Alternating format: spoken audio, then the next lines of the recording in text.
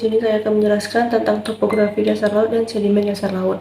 Topografi dasar laut adalah studi tentang bentuk dan fitur fisik dari dasar laut. Keadaan dasar laut sama seperti daratan. Terdapat bentukan lembah, cekungan, dasar samudra, pegunungan Pluto, lembah, parit, daratan tinggi, daratan rendah, sedimentasi, dan lainnya.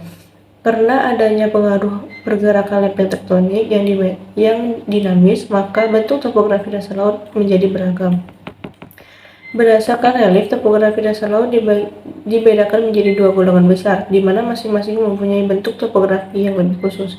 Yang pertama, dua golongan besarnya itu continental margin dan ocean basin. Yang pertama ada continental margin atau tepi kontinen, adalah dasar laut yang berdekatan dengan benua. Bagian ini dibedakan menjadi 3 bagian, yaitu landasan kontinen, lereng kontinen, dan kaki kontinen. Yang kedua ada ocean basin, adalah dasar laut yang paling dalam dan bentuk oval menyerupai suatu baskom yang luas dan mempunyai bentuk topografi yang khusus, yaitu abyssal plain, submarine, palung laut, dan siamon. Yang selanjutnya ada sedimen laut, adalah partikel kecil yang terbawa oleh air dan terendap di dasar laut. Sedimen ini bisa berasal dari berbagai sumber, termasuk tanah yang tererosi dari daratan, endapan organik dari makhluk laut, dan material vulkanik. Sedimen laut seringkali menjadi tempat terjadinya pengendapan material dan bahan organik yang penting, serta menjadi lokasi berbagai kehidupan laut. Sedimen laut terbagi menjadi 4 jenis, yaitu ligogeneus, biogeneus, hidrogeneus, dan kosmogeneus. Baiklah, di sini saya akan melanjutkan materi yaitu pembagian dari topografi dasar laut, yaitu yang kedua continental slope atau lereng kontinental. Ujung landas kontinen disebut lereng benua. Ahli geologi mungkin menyebut lokasi ini sebagai perbatasan landas kontinen ke arah laut. Fitur lautan ini mencakup sekitar 9% dari keseluruhan dasar lautan. Rata-rata kemiringan benua samudra turun ke laut dengan sudut 4 derajat. Kelihatannya tidak seberapa, namun sepanjang 100 km atau 60 mil lereng benua, kedalaman laut akan bertambah 70 km atau 43 mil. Yang ketiga, abyssal plain atau daratan jurang. Daratan jurang juga merupakan habitat terluas di bumi. Meskipun sangat sedikit yang diketahui tentang organisme yang menghuni di zona ini, hal ini terutama disebabkan oleh kurangnya sinar matahari yang menembus ke dalam kedalaman tersebut. Sinar matahari hanya mencapai sekitar 1000 meter atau 3000 kaki di bawah laut, mengingat adanya daratan abyssal pada kedalaman paling dangkal, yaitu 3000 meter. Sama sekali tidak ada matahari yang mencapai dasar di sini. Yang keempat yaitu abyssal hill atau perbukitan jurang. Perbukitan jurang persis seperti namanya, bukit-bukit yang relatif kecil yang muncul dari daratan jurang. Fitur-fitur yang mencakup sekitar 300% dasar laut.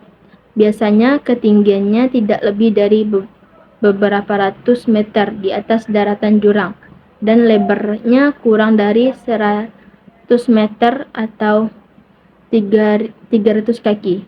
Abyssal Hill terbentuk melalui proses geologis seperti sedimental, pengendapan, dan aktivitas tektonik di dasar laut.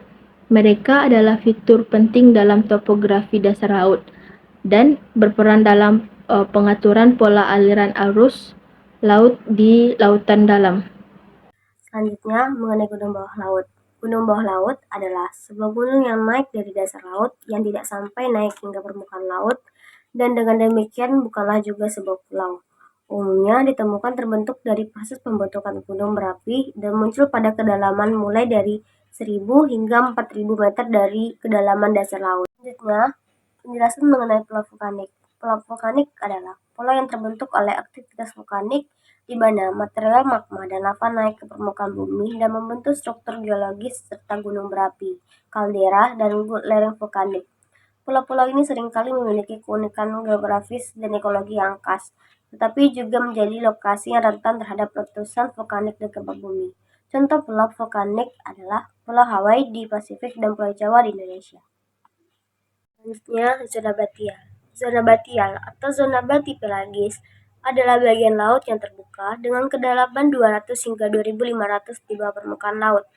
Zona batial memiliki lereng curam dengan suhu kurang lebih 4 derajat Celcius. Zona ini tidak memiliki banyak penghuni. Di zona ini juga tidak terdapat tanaman air. Hal ini disebabkan karena sinar matahari yang dibutuhkan untuk fotosintesis kurang. Zona batial memiliki nama lain, zona tengah malam, karena sinar matahari yang tidak bisa mencapai zona ini. Adaptasium yang dapat memungkinkan hewan untuk hidup di bawah tekanan yang cukup tinggi dan tanpa adanya cahaya, yaitu pada metabolisme yang lambat, generasi yang memanjang, dan kepadatan tubuh yang rendah. Baiklah, di sini saya akan melanjutkan materi dari Salma mengenai sedimentasi laut, yaitu mesopelagik.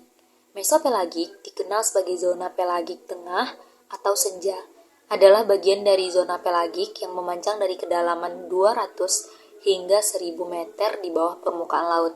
Zona mesopelagik terletak antara epipelagik fotik di bagian atas dan batipelagik afotik di bawahnya, di mana tidak ada cahaya sama sekali di sana. Selanjutnya yaitu lapisan teratas yang disebut dengan epipelagik. Lapisan laut ini berada pada permukaan teratas hingga kedalaman 200 meter atau 656 kaki dengan intensitas cahaya matahari terang yang cukup untuk berfotosintesis. Hampir semua produksi primer di laut terjadi di sini. Akibatnya, tumbuhan dan hewan sebagian besar berada di zona ini. Contoh organisme yang hidup di zona ini adalah plankton, rumput laut terapung, ubur-ubur tuna, banyak hiu, dan lumba-lumba.